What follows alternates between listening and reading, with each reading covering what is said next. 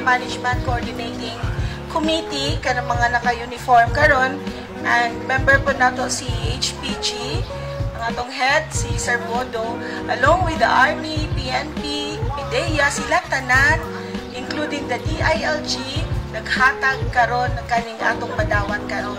And then very happy pud me nga ni partner nato ang Rotary Club of Dumaguete South, no, and of course ang ato akong Dumaguete Rural Bank, and napato ang Metro Water District. So daghan ang gapalangga sa taga Canlaon.